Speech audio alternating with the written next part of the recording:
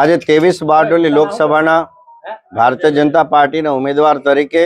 મેં મારા ઘરેથી પૂજા અર્ચના કરીને રૂપણ ખાતે હનુમાન દાદાના દર્શન કર્યા અને સઠવાવ ખાતે મારા પિતાજીના સ્મારક પર માથું ટેકવીને અને માતૃશ્રીને નમન અને વંદન કરીને એમના આશીર્વાદ મેળવીને કહેવાય છે કે જગતમાં મા બાપથી મોટા કોઈ આશીર્વાદ નથી। ત્યારે આશીર્વાદ સાથે હું મારું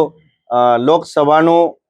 છેવાડાનું ગામ જે કહેવાય પણ એને પહેલા ગામ તરીકે ગણીને મહારાષ્ટ્રની બોર્ડરનું કુકરમુંડા તાલુકામાંથી હું આજે મારા ચૂંટણી પ્રચારના શ્રી ગણેશ કરી રહ્યો છું। સાહેબ, સિદ્ધાર્થભાઈને ટિકિટ આપી છે, વ્યારાના સિદ્ધાર્થભાઈને ટિકિટ આપી છે, તમારો વિરુદ્ધ કેવી ચૂંટણી રહેશે, કેવું ઇલેક્શન રહેશે?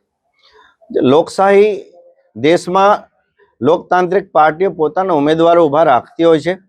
એ કાયમ ઊભા રાખતી આવેલી છે।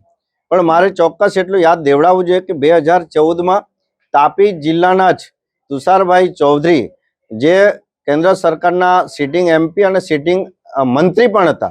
ત્યારે તે વખતે પણ તાપી જિલ્લાની પ્રજાએ મારા આદિવાસી સમાજના મતદાર ભાઈઓ બહેનોએ નરેન્દ્રભાઈ મોદી સાહેબને પીએમ બનાવવા માટે અને આ વિસ્તારના પ્રતિનિધિ તરીકે જીતાડવા માટે જે આશીર્વાદરૂપી મતદાન કરેલું, ત્યારે આ વખતે પણ આવી રીતે સમગ્ર મશીનરી તાલુકા પંચાયત, જિલ્લા પંચાયત, તમામ 3 ધારાસભ્યો આ બધા જ ભારતીય જનતા પાર્ટીના તાપી જિલ્લામાં છે। ત્યારે આ તમામની મહેનત